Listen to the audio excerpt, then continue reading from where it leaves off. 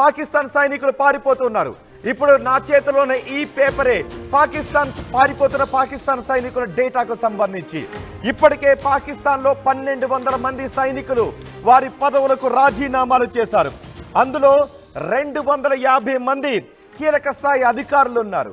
ఇప్పటికే Pakistan army chief తన కుటుంబ సభ్యులను దేశం దాటించేశాడు. తన కుటుంబ సభ్యులు క్షేమంగా ఉండాలి అని దేశం దాటించేశాడు. పోతే పోని పాకిస్తాన్ ప్రజలు ఎలా పోయినా పర్వాలేదు అని పాకిస్తాన్ ఆర్మీ చీఫ్ తన కుటుంబ సభ్యులను దేశం దాటించేస్తే మిగిలిన సైనికుల్లో భయం మొదలైంది. అందుకే పాకిస్తాన్ సైనికులు ఇప్పుడు రాజీనామాలు చేస్తున్నారు. రాజీనామాలు చేస్తున్న పాకిస్తాన్ సైనికుల సంఖ్య రోజు రోజుకు ఇక్కడ పెరుగుతుంది. మొత్తం రాజీనామాలు చూడండి ఒక్కసారి ఆర్టీవీ స్క్రీన్ పైన. నా చేతిలో ఉన్న ఈ పేపర్ ఇప్పుడు మీరు ఆర్టీవీ స్క్రీన్ పైన చూస్తూ ఉన్నారు. 26వ తారీఖు నుంచి రాజీనామాలు మొదలయ్యాయి. అంతకు ముందే పాకిస్తాన్ ఆర్మీ చీఫ్ తన కుటుంబ సభ్యులను సురక్షితంగా ఉండాలి అని దేశం దాటించేశాడు. ఈ పిరికి పంద చర్యే పాకిస్తాన్ మిగిలిన సైనికుల్లో భయాన్ని కలిగిస్తోంది. ఎందుకంటే సరిహద్దుల్లో మనం త్రివిధ దళాలని కూడా మోహరిస్తున్నాం. మన త్రివిధ దళాలు ఎక్సర్సైజ్ చేస్తూ ఉన్నాయి ఎటువంటి పరిస్థితులైనా ఎదుర్కోవటానికి. అటు పాకిస్తాన్ కూడా మేకపోతు గాంభీర్యాన్ని ప్రదర్శిస్తుంది. మా నీళ్లు మాకివ్వండి అని. మన దేశం నుంచి ప్రవహించే నదిలో మన దయా దాక్షిణ్యాలతో వాళ్ళకి నీళ్ళు ఇస్తూ ఉంటే ఆ నీళ్లు ఆపేసినందుకు పాకిస్తాన్ ఇప్పుడు మేకపోతు గాంభీర్యాన్ని ప్రదర్శిస్తోంది. మేము రక్తపాతం సృష్టిస్తామంటుంది. బహుశా ఇదే కొనసాగితే మిగిలిన సైనికుల్లో కూడా ఇంకా భయం మొదలయ్యే అవకాశం ఉంటుంది. ఏకంగా 1200 మంది సైనికులు రాజీనామాలు చేశారు అంటే మామూలు విషయం కాదు. బహుశా ఇది మీకు ఆనందాన్ని కలిగిస్తోంది కదా. పారిపోతున్న పాకిస్తాన్ సైనికుల వివరాలు తెలుసుకుంటూ ఉంటే భారతీయుడిగా మీకు ఆనందాన్ని కలిగిస్తోంది కదా. పారిపోతున్న పాకిస్తాన్ సైనికుల వివరాలు తెలుసుకునే కొద్దీ మీకేమనిపిస్తోందో మీ అభిప్రాయాన్ని కమెంట్ బాక్స్లో తెలియచేయండి. చూడండి, ఇదేదో మేం చెబుతున్న వార్త మాత్రమే కాదు, ఇది పాకిస్తాన్ సైనికులు రాజీనామాలు చేస్తున్న లేఖ ఇప్పుడు నా చేతిలో ఉంది. మీరు ఆర్టీవీ స్క్రీన్ పైన చూస్తున్నది అదే, నా చేతిలో మీకు చూపిస్తున్నది అదే. ఈ 2 పేజీల లెటర్లో, ఈ 2 పేజీల ప్రకటనలో పారిపోతున్న పాకిస్తాన్ సైనికుల డేటా ఉంది. ఎక్కడైనా భయంతో ప్రజలు కొంచెం అప్రమత్తం అవుతూ ఉంటుంటారు. కానీ సరిహద్దుల్లోకి వచ్చి యుద్ధ రంగంలోకి వచ్చి యుద్ధం చేయాల్సిన సైనికులే పారిపోతూ ఉంటే ఇక ఆ దేశ పరిస్థితి ఏంటో మనం అర్థం చేసుకోవచ్చు. ఇప్పటికే పాకిస్తాన్ అడుక్కు తింటూ ఉంది. ఇప్పటికే పాకిస్తాన్ పిచ్చికుక్కల దాటికి ప్రపంచ దేశాలన్నీ కూడా పాకిస్తాన్ని ఒంటరిని చేయాలి అని చెబుతూ ఉన్నాయి. ఇప్పటికే పాకిస్తాన్ పాలకులకు సైనికులకు పిచ్చెక్కి వాళ్ళు ఏం మాట్లాడుతున్నారో తెలియదు. ఒక రకంగా చెప్పాలి అంటే పాకిస్తాన్ సైనికులే ఇప్పుడు పోసేసుకుంటున్నారు. పాకిస్తాన్ సైనికులే ఇప్పుడు భయంలో ఉన్నారు. పాకిస్తాన్ సైనికులు ఇప్పుడు పారిపోతున్నారు. ఇక పాకిస్తాన్ ఏం చేయగలుగుతుందని అందరూ కూడా చర్చించుకుంటున్నారు. ఇప్పటికే నేను చెప్తున్నాను, డేటా ఒక్కసారి మీరు వినండి. బహుశా ఈ డేటా వింటే మీ చెవులకు ఆనందాన్ని కలిగిస్తుంది, మనకి ధైర్యాన్ని కూడా ఇస్తుంది. ఇప్పటికే మనం చాలా ధైర్యంగా ఉన్నాం. ఏం జరిగినా పర్వాలేదు, ఈ పాకిస్తాన్ పిచ్చుకోకలకు బుద్ధి చెప్పాలి అని.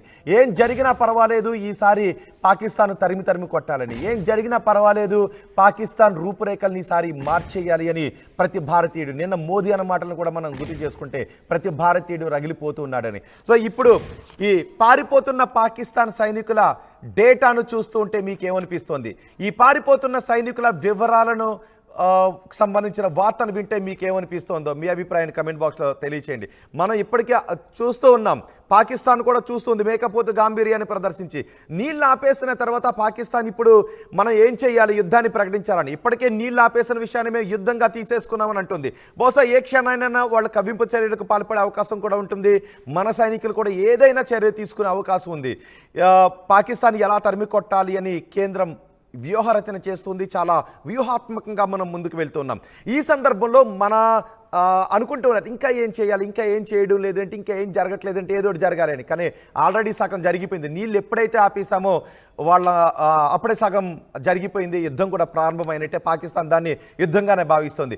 ఈలోపు పాకిస్తాన్ సైనికులే పారిపోతూ ఉన్నారు. పాకిస్తాన్ సైనికులు కొంతమంది వాళ్ళ కుటుంబ సభ్యులను దేశం దాటించి క్షేమంగా ఉండాలని అనుకుంటూ ఉంటే పాకిస్తాన్ సైనికులే రాజీనామాలు చేసి పారిపోతున్నారు. మా ప్రతినిధి సచిన్ పూర్తి సమాచారం అందించడానికి మనకు అందుబాటులో ఉన్నారు. సచిన్, రోజు రోజుకి పారిపోతున్న పాకిస్తాన్ సైనికులు సైనికుల సంఖ్య పెరుగుతుంది. ఇప్పటికే పాకిస్తాన్ సైనికులు 1200 మంది రాజీనామాలు చేసి పారిపోయారు. వీళ్ళ సంఖ్య ఇంకా పెరిగే అవకాశం ఉందా? సంఖ్య పెరగడం మాట పెరిగే అవకాశం ఎక్కువగా ఉండడమే కాదు, అసలు వాళ్ళు ఇంట్రెస్ట్ చూపిస్తారా, అసలు యుద్ధంలో దిగే అవకాశం ఉందా? ఎందుకంటే ఆర్మీ లేకపోతే ఇంకేం యుద్ధం చేస్తుంది పాకిస్తాన్ రోహిత్. ఎందుకంటే ఇప్పటికే ఆ ప్రభావాన్ని చూడడం జరుగుతోంది. దీనికి బెస్ట్ ఎగ్జాంపుల్ ఇటు పాకిస్తాన్ ప్రధాని షహబాజ్ షరీఫ్ మొన్న మీటింగ్ పెట్టాడు. ఈ ఘటన జరిగిన తర్వాత, అది నిన్న కాక మొన్న పెట్టిన మీటింగ్ లో ఆర్మీ చీఫ్ గా చెప్పుకుంటున్న సో కాల్డ్ ఆసిమ్ మునీర్ అనే వ్యక్తి అక్కడ నాకు కనిపించలేదు. సో దట్ ఇట్ సెల్ఫ్ అదే షో చేస్తుంది పాకిస్తాన్ ఆర్మీ ఎంత కేర్లెస్ గా ఉంది అనేది, దాంతో పాటు ఎంత బాధ్యత రాహిత్యంతో ఉంది, అట్ ద సేమ్ టైం ఎంత భయపడిపోతోంది. ఇటు పాక్ ఆర్మీకి సంబంధించిన అధికారుల బాధ్యత రాహిత్యం అక్కడ ప్రస్ఫుటిస్తూ ఉంటే అక్కడ కుటుంబాలు భయపడిపోతున్నాయి. ఎందుకంటే ఆసిమ్ మునీర్కి సంబంధించి మొదటి నుంచి పాకిస్తాన్ లో వ్యతిరేకత ఉంది. ఆ వ్యక్తి మీద ఎక్కడ సదాభిప్రాయం లేదు ప్రజల నుంచి వ్యతిరేకత వ్యక్తమైంది. అందులో మొన్న ఆయన చేసిన చర్యలకే వాళ్ళకి కోపం వచ్చింది. ఎందుకంటే ఎప్పుడో గడిచిపోయిన అంశాన్ని మళ్ళీ తెర మీద తీసుకొచ్చాడు, మతాల పేరును తీసుకొచ్చి రెచ్చగొట్టే ప్రయత్నం చేశాడు. ఆ తర్వాత జరిగిన ఘటనకు సంబంధించి కూడా వాళ్ళకి అక్కడ వ్యతిరేకత వ్యక్తమైంది. సో ఇన్ని ప్రభావాలు అక్కడ ఎప్పుడైతే ప్రజల్లోనే ఇది వ్యక్తమైందో ఆ ఇంపాక్ట్ ఆటోమేటిక్ గా సైన్యం మీద పడింది. ఈ రోజు ఆ ప్రభావమే పాకిస్తాన్ చూస్తోంది. దీనికి బెస్ట్ ఎగ్జాంపుల్, ఎందుకంటే ప్రపంచం మమ్మల్ని పట్టించుకోవట్లేదు, పాకిస్తాన్ ఫిక్స్ అయింది. సో ఇటువంటి సినారియోలోని సాక్షాత్ మన రక్షణ శాఖ మంత్రి చూసాం, ఇంతవరకు దెబ్బతిన్నది మనం, కానీ ఇంతవరకు ఆయన ఎక్కడా బయటకు వచ్చి మీడియాతో మాట్లాడిన సందర్భం లేదు. కేవలం డిఫెన్స్ తోనే. అఫ్ కోర్స్ మనం ఇంత స్ట్రాంగ్ అయినప్పటికీ వ్యూహాల విషయంలో కావచ్చు, లేకపోతే ప్రజల విషయంలో కావచ్చు, ఎటువంటి ఇబ్బందులు తలెత్తకుండా రక్షణ శాఖ మంత్రి రాజ్నాథ్ సింగ్ నిన్న సిడిఎస్ తో భేటీ అయిన సందర్భాన్ని చూసాం. కానీ ఎక్కడ కూడా పాకిస్తాన్ కి సంబంధించి ఇటు రక్షణ శాఖ మంత్రి ఆర్మీ చీఫ్ తో భేటీ అయిన అంశాన్ని ఎక్కడా తెర మీద లేదు. ఇంకొక బెస్ట్ ఎగ్జాంపుల్. ఇది ఇంకా లిస్ట్ కొనసాగే అవకాశం కనిపిస్తోంది. ఎందుకంటే క్వెట్టా బలూచిస్తాన్ కి సంబంధించి ఎప్పుడైతే బలూచిస్తాన్ కూడా నిన్న మొన్నటి నుంచి దాడులు చేస్తోందో క్వెట్టా కేంద్రంగా బలూచిస్తాన్ రాజధానిగా దాన్ని చెప్పుకోవడం జరుగుతోంది. సో అక్కడ రిజిగ్నేషన్స్ ఎక్కువయ్యాయి. ఏకంగా అక్కడ 120 మంది మొత్తంగా మాట్లాడుకునే సందర్భంలో అక్కడ సిచ్యువేషన్ చూసుకుంటే కనుక క్వెట్టాకి సంబంధించి కూడా ఇంపాక్ట్ చూపిస్తోంది. క్వెట్టాలో ఏకంగా 120 మంది అధికారులు, అలాగే 400 మంది సైనికులు అక్కడ రిజిగ్నేషన్స్ ఇచ్చినట్టుగా కొన్ని వార్తా కథనాలు చెప్పడం జరుగుతుంది పాకిస్తాన్ కి సంబంధించి. సో అక్కడ ఇంపాక్ట్ అయితే కనిపిస్తోంది. క్వెట్టాలో బలూచిస్తాన్ తమ రాజధానిగా చెప్పుకుంటున్న క్వెట్టాలో అక్కడ పరిస్థితులను అర్థం చేసుకోవచ్చు. అంటే ఓ పక్క ఇండైరెక్ట్ గా ఇటు భారత్ ను బూచిగా చూపించే ప్రయత్నం చేస్తోంది. బలూచిస్తాన్ దాడులు చేస్తే భారతే చేస్తుంది, లేకపోతే ఇటు ఆఫ్ఘనిస్తాన్ నుంచి కావచ్చు, లేకపోతే అక్కడ ఏమైనా మిలిటెంట్స్ ఎవరైనా దాడి చేస్తే కనుక అది భారతే చేస్తుంది. ఇండైరెక్ట్ గా ఇటు ప్రపంచ వేదికల మీద చెప్పే ప్రయత్నం చేస్తోంది. కానీ పాకిస్తాన్ విషయం మర్చిపోతోంది. ఒకప్పుడు భారత్ వేరు, ఇప్పుడు భారత్ వేరు. ఒకప్పుడు పాకిస్తాన్ వేరు, ఇప్పుడు పాకిస్తాన్ వేరు. ఆ విషయం వాళ్ళు మర్చిపోతున్నారు. సో ఇవన్నీ కూడా ప్రజల్లో, అక్కడ ఎడ్యుకేటెడ్ పీపుల్లో కూడా కాస్త అవగాహన వస్తోంది. వాళ్ళ భయం మొదలైంది. ఇప్పటికే సింధు నది జలాలు ఆపేసిన తర్వాత ఏం చేయలేకపోయారు వీళ్ళు, కేవలం మాటలు దాడి తప్ప అక్కడ ఎటువంటి ఇనిషియేషన్ లేదు అని చెప్పి. దాంతో పాటు మెడికల్ ఎమర్జెన్సీ వచ్చింది, మందుల కొరత వచ్చినప్పుడు కాళ్ళ బేరానికి వస్తున్నారు. మందుల విషయంలో కాస్త ఎగ్జామ్షన్స్ ఇచ్చేలా భారత్ మీద కాస్త ప్రెషరో లేకపోతే రిక్వెస్టో సెగ్మెంటో అక్కడ అధికారులు చెప్తున్నారు. సో ఇవన్నీ అక్కడ ప్రజల నుంచి పుట్టిన వ్యతిరేకత, ప్రజల నుంచి ఎప్పుడైతే వ్యతిరేకత పుడుతుందో లోవర్ గ్రౌండ్ నుంచి, మరీ ముఖ్యంగా ఆర్మీకి సంబంధించిన అంటే ఏంటి ఈ రాజీనామాల నేపథ్యంలో ఇప్పుడు పాక్ ఆర్మీ చీఫ్ ఏమంటాడు? ఎందుకు పాకిస్తాన్ సైనికులు యుద్ధ వాతావరణం నేపథ్యంలో పారిపోతున్నారు? ఒకరు ఇద్దరు కాదు, ఏకంగా 1200 మంది రాజీనామా చేశారు. అంటే పాక్ సైనికుల్లో పిరికి భయం ఏ విధంగా ఉందో మనం అర్థం చేసుకోవచ్చు. అందుకే దీన్ని మనం పదే చెప్పుకోవాల్సి వస్తుంది. శత్రువు కళ్ళలో మనం భయం చూసినప్పుడు నిజంగా ఆనందంతో చెప్పుకుంటూ ఉంటాం. దాన్ని 1-2 సార్లు చెప్పుకున్నా పర్వాలేదు, ఎందుకంటే అది మనకి ఆనందాన్ని ఇస్తుంది. కాబట్టి యుద్ధం మొదలు పెట్టకముందే శత్రువు పారిపోతుంటే మీకేమనిపిస్తుంది? నిజంగా ఆనందం వేదా? ఇంకా మనం యుద్ధం మొదలు పెట్టలేదు, నీళ్ళు ఆపాం, పాకిస్తాన్ని ప్రపంచం ముందు ఒంటరిని చేశాం, మన యుద్ధ సన్నాహాలు చేస్తున్నాం, దేనికైనా మనం సిద్ధంగా ఉన్నామని. ఇప్పుడు ప్రతి భారతీయుడు కూడా, అందరూ పాకిస్తాన్కి మనం ఎలా బుద్ధి చెప్పబోతున్నాం? కొంతమంది ఇంకా ఆవేశంలో బాంబు వేసేయండి, యుద్ధ విమానాలతో తొక్కేయండి అంటూ ఉంటుంటారు. కానీ ఒక దేశం బాంబులు వేసే ముందు, యుద్ధ విమానాలతో తొక్కేసే ముందు కొంత ఆలోచిస్తుంది. మనకు జరిగే నష్టం ఏంటి, వాళ్ళకి జరిగే నష్టం ఏంటి, మన ప్రజలకు నష్టం జరగకుండా ఏం చేయాలని వ్యూహాత్మకంగా ముందుకు వెళ్తుంది. కానీ మనలో కొంత ఆవేశం ఉంటుంది. సో అలాంటి యుద్ధ చర్య తీసుకునే ముందే పాకిస్తాన్ సైనికులు పారిపోతూ ఉంటే మీకేమనిపిస్తుంది? ఇదేదో నేను మీకు సరదాగా చెప్తున్న వార్త కాదు, నా చేతిలో ఉన్న డేటాను చూపించి మరీ చెప్తున్నాను. ఈ పాకిస్తాన్ సైనికులు పారిపోతున్నారనే వార్తను ఒక్కసారి కాదు 100 సార్లు చెప్పిన వినే కొద్దీ వినాలని అనిపిస్తుంది. నాకైతే చెప్పే కొద్దీ చెప్పాలనిపిస్తుంది పాకిస్తాన్ సైనికులు పారిపోతున్నారనే వార్తను. సో పాకిస్తాన్ సైనికులు పారిపోతున్నారనే వార్తను మీకు వింటూ ఉంటే మీకేమనిపిస్తుంది? ఎందుకంటే ఆ రోజు ఒక్కసారి ఆలోచించండి. నేను మిమ్మల్ని ఎక్కడికి తీసుకువెళ్తానంటే మీకు గుర్తుండే ఉంటుంది కదా, మధుసూదన్ భార్య. ఎందుకంటే మనం ఎంత రగిలిపోవాల్సే ఎందుకు వస్తుందంటే ఒక్క విషయం మీకు గుర్తు చేస్తాను. మధుసూదన్ భార్య, కావాలంటే మీకు మధుసూదన్ భార్య మాట్లాడిన మాటలను కూడా వినిపిస్తాను. ఒకసారి పీసీఆర్ మధుసూదన్ భార్య మాట్లాడిన మాటలు వింటే ఒక్కసారి ప్లే చేయండి. నేను 1కి 10 సార్లు ఎందుకు చెప్తున్నానని కొంతమంది అడుగుతూ ఉంటుంటారు కదా. ఈ 1కి 10 సార్లు మధుసూదన్ భార్య చెప్పిన స్థానంలో మన బంధువులు, మన కుటుంబ సభ్యులు ఉంటే ఎలా ఉంటుంది? ఆమె ఏం చెప్పిందో తెలుసా? ఆ రోజు పహల్గామ్లో ఉన్నప్పుడు వాళ్ళు ముష్కర్లు తోటాలు తీసుకుని వస్తూ ఉంటే అక్కడ ఉన్న వాళ్ళ మమ్మల్ని ఏమార్చారు, మాతో అబద్ధం ఆడారు, మేము పారిపోతూ ఉంటే లేదు మీరు పారిపోకుండా అవి సాధారణ కాల్పులు, మీరు ఇక్కడ పడుకోండి అని చెప్పారట. పాకిస్తాన్ ఇప్పుడు ఆర్మీ నా కొడుకులు, సారీ పదం అన్నందుకు మీరు ఏమనుకోకండి, వాళ్ళు పారిపోతూ ఉన్నారు కదా. సో ఇక్కడ మన ప్రజలు అరే తుపాకీ శబ్దం విన్న తర్వాత సాధారణ పౌరుడికి ఎవరికైనా భయమే ఉంటుంది కదా. చూడండి, మనం రోడ్డు మీద వెళ్తున్నప్పుడు ఎవరైనా కత్తి తీసుకుని దాడి చేసేటప్పుడే సాధారణ పౌరులు ఎందుకు దగ్గరికైనా ఒక చిన్న భయం ఉంటుంది కదా. మరి ఆ అందాలను చూడటానికి వెళ్ళిన మన అక్క చెల్లెళ్ళు, మన అమ్మలో, మన సోదరులు ఆ క్షణంలో ఆ తోటాలకు భయపడి పారిపోతుంటే మీరేం పారిపోకుండా ఇక్కడ పడుకుని ఉండండి అన్నారంట. వాళ్ళు పడుకుని ఉన్నప్పుడు ఇప్పుడు నేను చెప్పబోయే వార్త ఒక్క క్షణం వినండి, ఇది గుండెల్ని ఎంత పిండేస్తుందో. వింటే భర్త చేతిని, వాళ్ళిద్దరు పిల్లలతో వెళ్ళారు కదా, ఆ ఇద్దరు పిల్లలు భయంతో పరుగులు పెడుతూ ఉంటే వాళ్ళిద్దరూ భార్య భర్తలు చేయి పట్టుకున్నారట, నేలపైన పడుకున్నారంట, తలలా పెట్టుకుని పడుకున్నారంట. పడుకున్నప్పుడు ఆమెకు ఒక శబ్దం వినిపించింది, ఒక తోట పేలిన శబ్దం వినిపించింది. ఆ తోట ఎక్కడో పేలింది అనుకుంది పాపం ఆ మహాతల్లి. ఆ పిల్లలు ఎక్కడున్నారు, పిల్లలు ఏమైపోతున్నారో అని ఆలోచన ఉంది.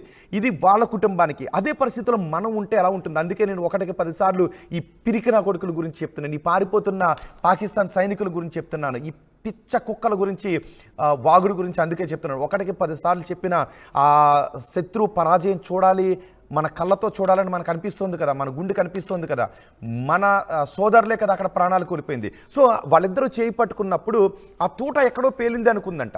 కానీ కొద్దిసేపటికే ఆ భర్త రక్తం ఆమె చేతికి బాడీకి తగులుతుంటే ఏంటి తడిగా తగులుతోంది అని అనుకుందంట. తీరా చూసేటప్పటికి రక్తపు మడుగులో తన భర్త.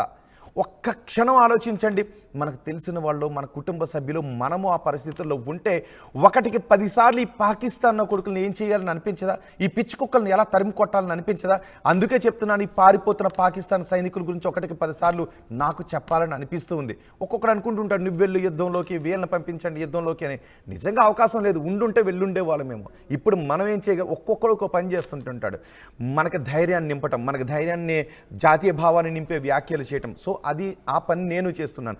అక్కడ జరిగే పని అది కూడా ప్రభుత్వం చెబుతున్నటువంటి పని, రహస్యాన్ని బహిర్గతం అయితే చేయడం లేదు. ఈ పని నిన్న మోదీ కూడా మాట్లాడారుగా, ప్రతి భారతీయుడు గుండె రగిలిపోతుందని మోదీ కూడా మాట్లాడారుగా.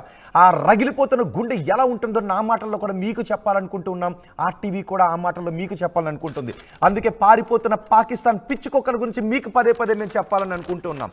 బహుశా ఇది విని విని విని విని మీకు కనుక బోరు కొడితే ఆ భర్తను కోల్పోయిన తల్లి స్థానంలో ఉండి ఆలోచిస్తే ఈ వార్త నా తల్లి ఎన్నిసార్లు వినాలనుకుంటుంది?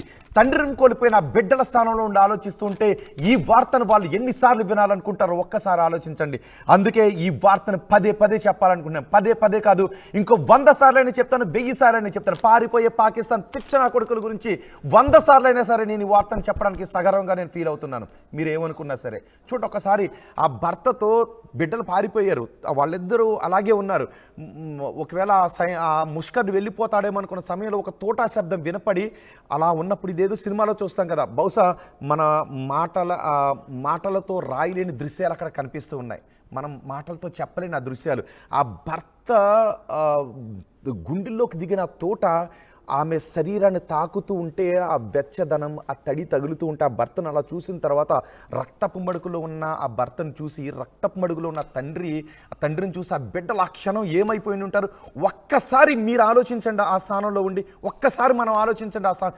మనం లేం, బహుశా చాలాసార్లు కాశ్మీర్ వెళ్ళొచ్చిన వాళ్ళు కూడా ఉండి ఉంటారు కదా. ఆ సమయంలో జరగలేదు అంతే తప్ప మనం తెలివైన వాళ్ళం ఏం కాదు. కాబట్టే పాకిస్తాన్కి ఏమన్నా జరగాలి అని పాకిస్తాన్ పిచ్చి కుక్కలను తరిమి కొట్టాలని పారిపోతున్న పాకిస్తాన్ పిచ్చి కుక్కల జాబితాని పదే చెప్పాలని నేను చెప్తున్నాను. సో ఆవేశంలో మాట్లాడుతున్నాను, భావోద్వేగంలో మాట్లాడుతున్నాను, అవసరం ఉండే మాట్లాడుతున్నాను, మీరు అర్థం చేసుకోండి, ఏమనుకున్నా పర్వాలేదు. కానీ ఇప్పటికీ కొంతమంది అంటూ ఉంటుంటారు బాధ్యత లేదా పాకిస్తాన్లోని తిట్టడానికి. పాకిస్తాన్లోని తిట్టడానికి బాధ్యత ఎందుకు? పాకిస్తాన్లో ఉన్న మన దేశంపై కక్షగట్టి మన పౌరుల ప్రాణాలు తీసేవాడు పాకిస్తాన్ ప్రధానైనా సరే నాకు అవసరం లేదు, ఏమనుకున్నా సరే మనకు అవసరం లేదు. ఇప్పటికే మన సోదరులందరూ రోడ్లపైకి వచ్చి అంటున్నారు కదా, ఖబర్దార్ పాకిస్తాన్ అని అంటూ ఉన్నారు కదా. సో ఈ క్షణం పాకిస్తాన్పై జాలి చూపించేవాడు ఎవడైనా కూడా వాడు భారతదేశంలో ఉండాల్సిన అవసరం లేదు. పాకిస్తాన్పై జాలి చూపించేవాడు ఎవడైనా కూడా. మనకు అవసరమా పాకిస్తాన్పై జాలి చూపడం? అందుకే పారిపోతున్న పాకిస్తాన్ సైనికుల గురించి, భయపడుతున్న పాకిస్తాన్ పిచ్చి కుక్కల గురించి 100 సార్లు కాదు 1000 సార్లైనా సరే నేను చెప్పడానికి ముందుకున్నాను. ఈ వార్తను వినటానికి ఆ బాధితులు కూడా ఉన్నారు. ఒక్కసారి బాధితుల స్థానంలో ఆలోచించు. అందుకే చెప్తున్నాను, ఇదిగో 1200 మంది పాకిస్తాన్ సైనికులు పారిపోయారు. ఇంకా పారిపోవడానికి ఎంతమంది సైనికులు ఉన్నారో తెలియదు. మనం ఇంకా యుద్ధం మొదలు పెట్టలేదు, బాంబు వేయలేదు, మన యుద్ధ విమానాలు వాళ్ళ గగన తలంలో శబ్దం చేస్తూ ఇంకా విహరించలేదు. అప్పుడే పాకిస్తాన్ సైనికులు పారిపోతూ ఉన్నారు. ఎస్ సచిన్, పారిపోతున్న పాకిస్తాన్ సైనికుల మాటలు వింటూ ఉంటే ఆ దేశ సైన్యం ఇప్పుడు ఏం చేయబోతోంది? ఆ డేటా పెరుగుతూ ఉంటే ఆ డేటా పెరగడం అంటే మీరు ఇందాక ఒక మాట అన్నారు, పాకిస్తాన్ కి ఆర్మీ చీఫ్ ఆసిఫ్ మునీర్ ఏమంటున్నాడు అని చెప్పి. ఇక్కడ నేను క్వశ్చన్ చేయాలనుకుంటున్నాను రోహిత్, అసలు ఆర్మీ చీఫ్ అనేవాడు ఉన్నాడా? ఇదే క్వశ్చన్ పాకిస్తాన్ లో రైస్ అవుతుంది, మన వరకు అవసరం లేదు అసలు. సజ్జలు ఒకసారి మీరు అందుబాటులోనే ఉండండి. ఎస్, అందరికీ గుర్తు చేయడానికి ఆ మధుసూదన్ భార్య, ఎందుకంటే ఈ క్షణంలో మధుసూదన్ భార్య మాట్లాడిన మాటలను గుర్తు చేసుకోవాలి కదా. ఓకే, ఒకసారి ప్రధాని నేను మాట్లాడిన మాటలను వేద్దాం. నేను మధుసూదన్ భార్య మాటలను కూడా ఒక్కసారి ఈ సందర్భంలో మీకు వినిపిస్తాను. బిఫోర్ దట్ ఒక్కసారి మన్ కీ బాత్లో ప్రధాని మాట్లాడిన మాటలు వినిపిస్తాను. సచిన్ మీరు ఒకసారి అందుబాటులోనే ఉండండి. ఎస్పీసీఆర్ ప్రధాని మాటలు విందాం. मन की बात कर रहा हूं तो मन में गहरी पीड़ा है। 22 अप्रैल को पहलगाम में हुई आतंकी वारदात ने देश के हर नागरिक को दुख पहुंचाया है। पीड़ित परिवारों के प्रति हर भारतीय के मन में गहरी संवेदना है। भले वो किसी भी राज्य का हो, वो कोई भी भाषा बोलता हो, लेकिन वो उन लोगों के दर्द को महसूस कर रहा है जिन्होंने इस हमले में अपने परिजनों को खोया है। मुझे एहसास है हर भारतीय का खून आतंकी हमले की तस्वीरों को देखकर खौल रहा है। पहलगाम में हुआ ये हमला आतंक के सरपरस्तों की हताशा को दिखाता है, उनकी कायरता को दिखाता है। ऐसे समय में जब कश्मीर में शांति लौट रही थी, स्कूल कॉलेजों में एक वाइब्रेंसी थी, निर्माण कार्यों में अभूतपूर्व गति आई थी, लोकतंत्र मजबूत हो रहा था, पर्यटकों की संख्या में रिकॉर्ड बढ़ोतरी हो रही थी, लोगों की कमाई बढ़ रही थी, युवाओं के लिए नए अवसर तैयार हो रहे थे, देश के दुश्मनों को, जम्मू कश्मीर के दुश्मनों को ये रास नहीं आया। आतंकी और आतंक के आका चाहते हैं कश्मीर फिर से तबाह हो जाए, और इसलिए इतनी बड़ी साजिश को अंजाम दिया। आतंकवाद के खिलाफ इस युद्ध में देश की एकता, 140 करोड़ भारतीयों की एकजुटता हमारी सबसे बड़ी ताकत। విన్నర్గా ప్రధాని మోదీ మాటలు ప్రతి భారతీయుడి గుండె రగిలిపోతుంది. మనమేమి సమయం ఆలోచిస్తూలేం, మామూలుగానూ లేం. ప్రతి భారతీయుడి గుండె రగిలిపోతుంది. సరైన దెబ్బ మనం తీయబోతున్నాం. ఈ పాకిస్తాన్కి మనం చెప్పబోయే దెబ్బ గురించి, కొట్టబోయే దెబ్బ గురించి 100 సార్లు మాట్లాడుకున్నా తప్పలేదు. బహుశా ఇంతకు మించిన న్యూస్ ఏం లేదు అనుకుంటూ ఉండొచ్చేమో. దేశభక్తికి మించిన న్యూస్, నా దేశ ప్రజల రక్షణకి మించిన న్యూస్ ఇంకొకటి బహుశా ఉండదు. అందుకే 1 కాదు 100 సార్లు కూడా మనం చెప్పుకుందాం. ఇప్పుడు మీకు ఒక బయట వినిపిస్తాను, అది హృదయ విదారకంగా ఉంటుంది. మధుసూదన్ కుటుంబ సభ్యులు మాట్లాడిన మాట. ఆ మాటలు కూడా విన్న తర్వాత మళ్ళీ మాట్లాడుకుందాం ఈ పారిపోతున్న పాకిస్తాన్ పిచ్చి కుక్కల గురించి. ఎందుకు మాట్లాడుకోవాలి అని చెప్తున్నాను కూడా. ఒకసారి మధుసూదన్ కుటుంబ సభ్యుల ఆవేదన విందాం. పైన మినీ స్విట్జర్లాండ్ అంటారు, అక్కడికి వెళ్ళాము. వెళ్ళిన తర్వాత మేమందరం ఒక 3 ఫ్యామిలీస్ కలిసి వెళ్ళాం, 10 మెంబర్స్ టోటలీ. అక్కడ కూర్చొని లంచ్ చేస్తున్నాము. హార్సెస్ ఎక్కి పైకి వెళ్ళాలి, you can't go by other means, only horses. పైకి వెళ్ళిన తర్వాత లంచ్ చేసుకొని ఓన్లీ 15 minutes అలౌడ్, అక్కడ ఎక్కువసేపు ఉండకూడదు. తినేసిన తర్వాత మేమందరం అక్కడే ఉన్నాము. My brother and other friends వాళ్ళు జిప్ లైన్ రైడ్ ఉంటుంది, సో వాళ్ళు దూరం వెళ్ళిపోయారు, తినేసి అటు వెళ్ళిపోయారు. My mom and my dad వాళ్ళు తినేసి ఫోటో తీసుకుందామని మేము ముగ్గురము, నేను మా అమ్మ నాన్న ముగ్గురం లేచి పక్కకి వెళ్ళాం. కొంచెమే 20 feet ఎంతో అంతే దూరం వెళ్ళాము. వెళ్ళి ఎందుకో మా అమ్మ నన్ను, ముగ్గురం వెళ్ళాం కదా, ముగ్గురం వచ్చేసాం, వాళ్ళకి చెప్పలేదు, నువ్వు వెళ్ళి చెప్పేసిరా అంకుల్ వాళ్ళకి మనం ఇట్లా వచ్చామని అంటే, నేను సరే అని వెనక్కి వచ్చాను. వచ్చిన తర్వాత when I was walking back I heard shots. First shot ఎవరేం రియాక్ట్ అవ్వలేదు. సెకండ్ షాట్కి అందరూ పరిగెత్తుకుంటూ వెళ్ళిపోయి నేను వెళ్ళిపోయి అక్కడ తినిన చోట టేబుల్ కింద దాంకున్నాను. మా మమ్మీ ఏం చెప్పిందంటే వాళ్ళు ఆర్మీ లాగా వెస్ట్ వేసుకొని గన్ పెట్టుకొని ఉన్నారని. లోపలికి వెళ్ళిపోయాము మేము, అమ్మ నాన్న అక్కడే ఉన్నారు, బికాజ్ నేను పరిగెత్తాను కదా, నేను వెళ్ళాను. టేబుల్ కింద దాంకున్నాం. అక్కడ మమ్మల్ని ఎవరో మిస్గైడ్ చేస్తున్నారు, on purpose, they were doing it on purpose. కావాలని ఎవరో షాల్స్ అమ్మాయి ఆయన సివిలియన్ లాగా కలిసిపోయి మాకు మిస్గైడ్ చేస్తున్నారు. ఇది షార్ట్స్ అంటే this is Kashmiri anniversary tradition, ఏం కాదు, ఏం భయపడకండి అని ఫస్ట్ దానికి చెప్పాడు. సెకండ్ దానికి కూడా చెప్పాడు, మీరు ఇక్కడే కూర్చోండి, ఏం కాదు this is Kashmiri anniversary tradition, మీరేం భయపడకండి అంటే, మళ్ళీ అక్కడ ఆ స్టాల్ ఆయన వచ్చి ఎందుకు ఇట్లా చెప్తున్నావు వీళ్ళకి, పరిగెత్తండి అని చెప్పి మమ్మల్ని వెళ్ళిపోమన్నాడు. మేము బయటికి వెళ్ళాము, నేను గేట్ బయట ఉన్నాను, అమ్మ నాన్న రాలేదని అందరూ పరిగెత్తి వెళ్తున్నా కానీ అందరూ వెళ్ళిపోయారు. నేను మా తమ్ముడు అండ్ ఇంకొక మా అంకుల్ ఫ్రెండ్స్తో వెళ్ళాం కదా, అంకుల్ ఒకటే ముగ్గురం అక్కడ ఉండి ఆయన రమ్మంటున్నాం, మేము రావట్లేదు. ఒక 5 minutes స్పాన్ అంతే. 5 minutes స్పాన్ తర్వాత ఓన్లీ మా అమ్మ ఒకటి వచ్చింది బయటికి. మేము బయట నిన్నాము, ఆ అమ్మ డ్రెస్ కనిపించింది, నా కలర్ వస్తుందని, అదో అమ్మ వస్తుంది అని వెళ్ళాము.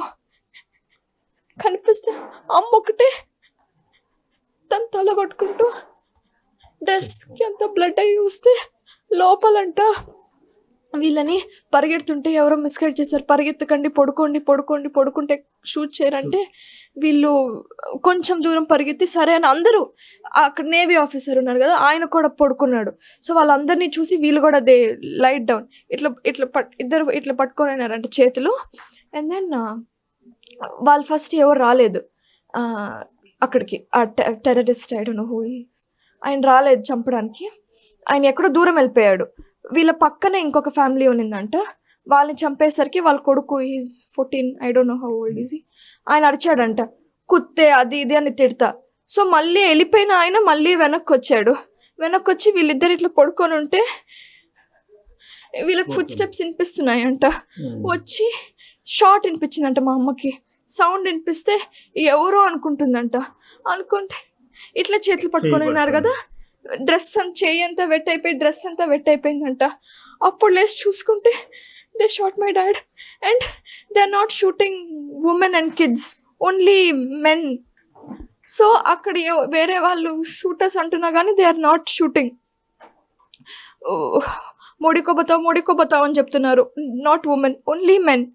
సో ఇంకా నన్ను షూట్ చేసినా పర్లేదు, మా నాన్న అట్లా చేశారని she got up and she started running. అయినా వాళ్ళు ఏం చేయలేదు. ఎందుకు రన్ చేసింది, బయటకు వస్తే సెక్యూరిటీ ఆర్మీ అంతా ఉంటారని ఎక్స్పెక్ట్ చేసింది, వాళ్ళందరూ ఉంటే హెల్ప్ చేస్తారు అని. బయటికి వస్తే ఎవరూ లేరు అండ్ అక్కడ ఉండే వాళ్ళు కూడా లాక్కొని వెళ్ళిపోయారు, వద్దు వెనక్కి వెళ్ళొద్దు. And then we went down to the CRPF base.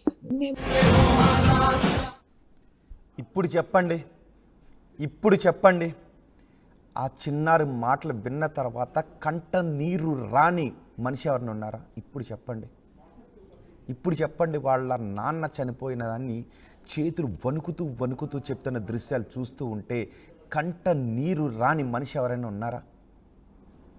అక్కడ మనం లేవంతే. బహుశా జీవితాంతం వాళ్ళ భూమి బతుకున్నంత కాలం ఆ భయానక ఘటన వాళ్ళ కళ్ళ ముందు కనబడుతూ ఉంటుంది కదా. ఆ పరిస్థితిలో మనము మన వాళ్ళు ఉండుంటే ఏమవుతుంది చెప్పండి. అందుకు కదా ఈ పాకిస్తాన్ పిచ్చుకొక్కలను తరిమి కొట్టాలి అని 1కి 10 సార్లు చెప్పుకుంటుంది. బహుశా విని ఎవరికైనా బోర్ కొట్టచ్చు. బట్ ఆ పాకిస్తాన్ పిచ్చుకొక్కల పిరికి గురించి చెప్పటానికి మాత్రం నేను అలసిపోవడం లేదు, ఆ టీవీ అలసిపోవడం లేదు. వాళ్ళ మాటలు విన్న ప్రతిసారి కళ్ళలోంచి నీళ్ళు రావడం లేదా? ఆ క్షణం అక్కడ వాళ్ళ కళ్ళ ముందు వాళ్ళ నాన్న రక్తపు మడుగులో ఉండి చివరి శ్వాస ఆగిపోతూ ఉంటే ఇప్పుడు చెప్పండి, పాకిస్తాన్ వాళ్ళని తరిమి కొట్టాలి అని ప్రతి ఒక్కరికి అనిపించట్లేదా? ఆ మాటను పదే గుర్తు చేసుకోవాలని అనిపించట్లేదా? ఇప్పుడు చెప్పండి, పారిపోతున్న పాకిస్తాన్ సైనికుల గురించి గట్టిగా అరిచి చెప్పాలని అనుకోవడం లేదా? అందుకే చెప్తున్నాం, పారిపోతున్న పాకిస్తాన్ పిచ్చి కుక్కల గురించి, పిచ్చివాగుడు వాగుతున్న పాకిస్తాన్ పాలకుల గురించి. మీకు ఇప్పుడు వీళ్ళ మాటలు విన్నారు కదా, గుండెల్లో బాధ అనిపించింది కదా. ఇప్పుడు మొన్న కూడా చూపించాను, బట్ ఈ సందర్భంలో ఇంకొకసారి కూడా చూపించాలనుకుంటున్నాను. బిలావల్ భుట్టో గాడు ఉన్నాడు కదా, బిలావల్ భుట్టో పాకిస్తాన్ మాజీ ప్రధాని కొడుకు. ఇప్పుడు వీళ్ళ రక్తం కళ చూశారు కదా, వాడు దేశ ప్రజల రక్తమే కళ చూస్తున్నాడు కదా, వాని మాటలు కూడా మీకు వినిపిస్తాను. అవి గుర్తు చేసుకున్న తర్వాత ఇప్పుడు మనం ఈ పాకిస్తాన్ గురించి పదే తిట్టాలా, ఈ పాకిస్తాన్ వాళ్ళ విషయంలో ఉపేక్షించాలా? మీరే కమెంట్ చేయండి ఒకసారి. ఆ బిలావల్ భుట్టో మాటలు ఇంకొకసారి విందాం. పీసీఆర్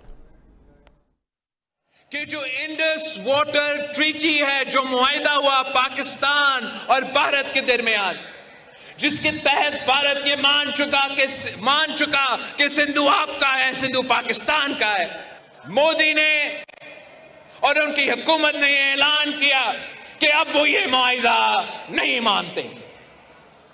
और मैं सखर में इसी सिंधु दरिया के साथ खड़े होके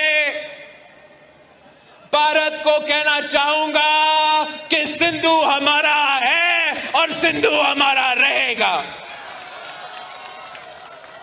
या इस दरिया से हमारा पानी बहेगा या उनका खून बहेगा। చూసారా, ఈ పాకిస్తాన్ మాజీ ప్రధాని కొడుకు, పాకిస్తాన్కి విదేశాంగ శాఖ మంత్రిగా పనిచేసిన బిలావల్ భుట్టో మన రక్తాన్ని కలజూస్తానంటున్నాడు. ఆల్రెడీ తండ్రి రక్తాన్ని, తండ్రి చివరి శ్వాసను వాళ్ళు చూస్తూ ఉండి భయంతో మాట్లాడుతున్న మాటలను కూడా విన్నారు, ధైర్యం నింపుతున్న ప్రధాని మాటలను కూడా విన్నారు. మరి పారిపోతున్న పాకిస్తాన్ సైనికుల మాటలను కూడా 1 కాదు 10 సార్లు చెప్పుకోవాలి. ఇంకా ఎంతమంది పాకిస్తాన్ సైనికులు పారిపోతారో చూద్దాం, యుద్ధం మొదలు కాకముందే. మీరేమనుకుంటున్నారు? ఇప్పుడు ఈ వార్తలన్నీ విన్న తర్వాత, ఈ దృశ్యాలన్నీ చూసిన తర్వాత మీరేమనుకుంటున్నారు? మీ అభిప్రాయాన్ని కమెంట్ బాక్స్లో తెలియచేయండి. సచిన్, ఇప్పుడు పాకిస్తాన్లో పరిస్థితి ఏంటి? ఇంకా బోర్డర్లో ఎక్సర్సైజులు కొనసాగుతూనే ఉన్నాయి, త్రివిధ దళాలు మనకు సిద్ధంగానే ఉన్నాయి. పాకిస్తాన్ కూడా అలా చెత్త ట్యాంకులు వేసుకొని మేము సిద్ధంగానే ఉన్నాం, మా దగ్గర 130 అణుబాంబులు ఉన్నాయని పాకిస్తాన్ పిచ్చి కుక్కలు పేలుతూ ఉంటే పాకిస్తాన్ సైనికులు మాత్రం పారిపోతూ ఉన్నారు. వాళ్ళ దగ్గర వార్ ట్యాంకులు అవే బదులు సెప్టిక్ ట్యాంకులతో పోలిస్తే బెటర్ ఏమో. ఎందుకంటే వాళ్ళ ప్రజలు వాళ్ళని చీకొడుతున్నప్పుడు వాళ్ళు ఎందుకు ఏం చేస్తున్నారో కూడా అర్థం కాని పరిస్థితిలో ఉన్నారనడానికి బెస్ట్ ఎగ్జాంపుల్ మొన్న జరిగిన భేటీ. మొన్న పాకిస్తాన్ ప్రధాని షహబాజ్ షరీఫ్ ఇప్పటి వరకు కూడా ఇటు ఇంటర్నేషనల్ ప్లాట్ఫామ్స్ వెళ్ళి మా పరిస్థితి ఇది అని మొత్తుకుంటున్నారు తప్ప వాళ్ళ ఆర్మీతో మాట్లాడిన సందర్భంలో వాళ్ళ ఆర్మీ చీఫ్ వచ్చి మాట్లాడిన సందర్భం కూడా ఎక్కడా కనిపించట్లేదు. ఇక్కడి నుంచి ఒక అడుగు ముందుకు వెళ్తారు. యాక్చువల్లీ రైల్వే మినిస్టర్ ఆయన మాట్లాడుతూ మా దగ్గర 130 న్యూక్లియర్ వెపన్స్ ఉన్నాయి, మేము వాటిని ప్రయోగిస్తామని చెప్పి వాళ్ళు యాక్చువల్గా క్యాలిక్యులేషన్స్ మర్చిపోయారు రోహిత్. ఎంత దరిద్రంగా వాళ్ళ పరిస్థితి ఉందంటే కనుక వాళ్ళ దగ్గర 130 కాదు 170, 175 న్యూక్లియర్ వెపన్స్ ఉన్నాయి, అది కూడా మర్చిపోయారు. అది వాళ్ళ పరిస్థితి. ఏమంటాడు బిలావల్ భుట్టోకి సంబంధించి ఒక్కసారి వాళ్ళ నాన్న కావచ్చు, వాళ్ళ తాత కావచ్చు, ఒక్కసారి వాళ్ళ గురించి చదువుకున్నా, వాళ్ళ గురించి తెలుసుకున్నా ఈరోజు ఆ వ్యక్తి అటువంటి మాట మాట్లాడేవాడు కాదు. ఎందుకంటే ఇందిరాగాంధీతో ఎటువంటి సత్సంబంధం మెయింటైన్ చేసే ప్రయత్నం చేశారు వాళ్ళు. ఎంతసేపు నెహ్రూతో ఎటువంటి స్నార్యం ఉండింది, ఎటువంటి భేటీ జరిగింది, వాళ్ళతో జరిగిన ఒప్పందం ప్రకారమే కదా ఆ రోజు ఇండియా దయచేసి వదిలేస్తున్న నీళ్ళు ఈరోజు తాగుతున్నాడు. ఆ విషయం మర్చిపోయిన వ్యక్తి రోజు వాగుతూ ఉంటే, అక్కడి ప్రజలే చేస్తూ ఉంటే, పాకిస్తాన్ ప్రజలు వాళ్ళని పొండి అంటూ ఉంటే, బలూచిస్తాన్ వాళ్ళు పెంచుకున్న బలూచిస్తానే వాళ్ళని ఈ రోజు కాదు అంటుంటే ఏకకైపోయింది. ప్రపంచం పట్టించుకోవట్లేదు. హమాస్ లాంటి ఉగ్ర సంస్థలు తీసుకొస్తున్నారు. హమాస్ లాంటి ఉగ్ర సంస్థలు వాళ్ళకి సపోర్ట్ ఇస్తున్నాయి. ఇటు హౌత్ లాంటి ఉగ్ర సంస్థలు వాళ్ళకి సపోర్ట్ ఇస్తున్నాయి. అసలు ఎందుకు వీరికి సపోర్ట్ ఇవ్వాలి అనేది ప్రపంచం క్వశ్చన్ చేస్తూ ఉంటే వాళ్ళకి మళ్ళీ ఉగ్రవాదులే దిక్కయ్యారు. వాళ్ళకి ఉగ్ర సంస్థలు తప్ప ఇంకా ఆప్షన్ కనిపించట్లేదు. ఇలాంటి నేపథ్యంలో వాళ్ళకి తెలుసు తమని పెంచి పోషించిన స్వామి రోజు విషపు నాగే కాచేస్తోంది అని చెప్పి. అది తెలిసిన ఇంట్రెస్టింగ్ గా రోహిత్, అక్కడ ప్రజలకు తెలుస్తోంది తప్ప పాలకులకు అర్థం కావట్లా. ఎందుకంటే అక్కడ పాలకులు ఆర్మీ. ఎక్కడైనా చాలా మంది మన డిఫెన్స్ ఎక్స్పర్ట్స్ ఒకటే చెప్తున్నారు, దేశానికి ఆర్మీ ఉంటుంది, కానీ అక్కడ ఆర్మీకి దేశం ఉంది యాక్చువల్గా వాళ్ళకి సంబంధించి అటువంటి పరిస్థితి. కాబట్టి ఇప్పుడు ఆర్మీని ఒక్కొక్కరిగా ఖాళీ చేసేస్తున్నారు, వెళ్ళిపోతున్నారు. ఇటు విదేశాలకు వెళ్ళిపోతున్న సందర్భం గతంలోనే చూసాం, కొద్ది రోజుల క్రితం. ఈ రోజు సాక్షాత్ ఆర్మీ చీఫ్ లాంటి వ్యక్తులు కనిపించడం లేదు. ఒకటే ప్రశ్న రైజ్ అవుతోంది, ఆయన ఉన్నాడా లేకపోతే ఆయన కూడా చెక్కేస్తాడా అని చెప్పి.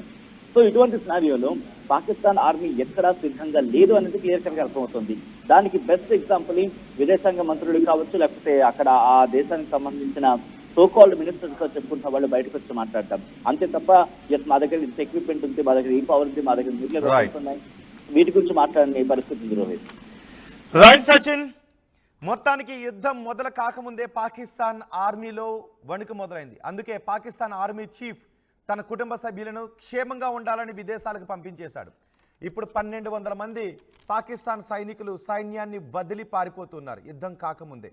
యుద్ధంలో ప్రాణాలకు తెగించి రావాల్సిన ఏం జరుగుతుందో చూద్దాం అనుకోవాల్సిన వేళ్లే పారిపోతున్నారు. ఇప్పుడు వాళ్ళ ప్రజలు కూడా అయోమయంలో ఉన్నారు. బహుశా రాబోయే రోజుల్లో పాకిస్తాన్ ప్రజలే ఆ పాలకులను సైనికులను తరిమి కొట్టే రోజులు దగ్గరలోనే ఉండుంటాయి. యూపీఎస్సీ సిఎస్సి 2024 ఫలితాల్లో 16కు పైగా ర్యాంకులు సాధించి ప్రభంజనం సృష్టించిన విష్ణు ఐఏఎస్ అకాడమీ విద్యార్థులు.